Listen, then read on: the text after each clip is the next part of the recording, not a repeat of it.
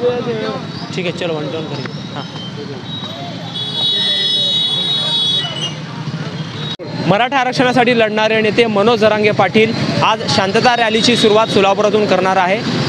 थोड्याच वेळात त्यांची सोलापुरात एंट्री होणार आहे। तत्पूर्वी मनोज जरांगे पाटील यांचं सोलापुरात मुस्लिम समाज बांधवांच्या वतीनं या ठिकाणी स्वागत करण्यात येणार आहे। नेमकं त्यांची काय रूपरेषा आहे आपण जाणून घेऊया।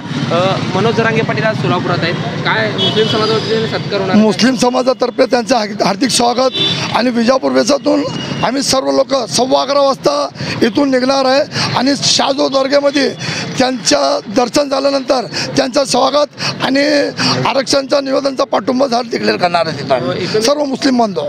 शाहजरवली दर्गाला सुद्धा ते जाणार आहेत, शाहजोर दर्ग्याला ते येणार आहे। कसं स्वागत होणार आहे काय? म्हणजे फुलगुच्छा उडून आणि आमचा जो हा मान सन्मान जो का आहे ते करून आम्ही मुस्लिम समाजातर्फे जाहीर पाठिंबा आणि आरक्षण बाबतीत ते पण त्यांना आम्ही निवेदन देणार आहे। अरे भाई कैसे होंगे फुलगुच्छे क्या है? साहब जरंगे पाटिल साहब जब यहाँ बीजापुर बेस से गुजरेंगे तो उनका हम फूलों से और पटाखे से उनका स्वागत करेंगे।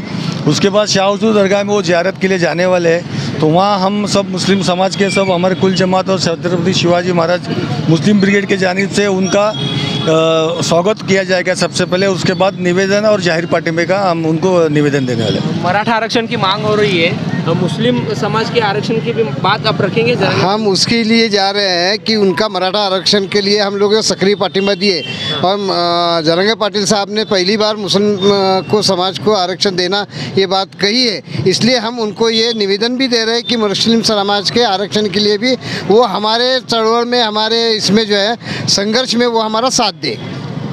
एकंदरीत मनोज जरांगे पाटील आज सोलापूर दौऱ्यावर आहेत आणि विजापूर वेसीमध्ये मुस्लिम बांधवांच्या वतीने त्यांचं स्वागत करण्यात येणार आहे आणि त्यांनी मनोज जरांगे पाटील शहाजूर दर्गा या ठिकाणी चादर चढवण्यासाठी जाणार आहे। मराठा आरक्षणाला पाठिंबा आणि मुस्लिम आरक्षणाची मागणी देखील शिष्टमंडळ मनोज जरांगे पाटील यांच्या पुढे करणार आहे। जहूर साईसोबत अकबर बागवान, लोकप्रधान न्यूज, सोलापूर।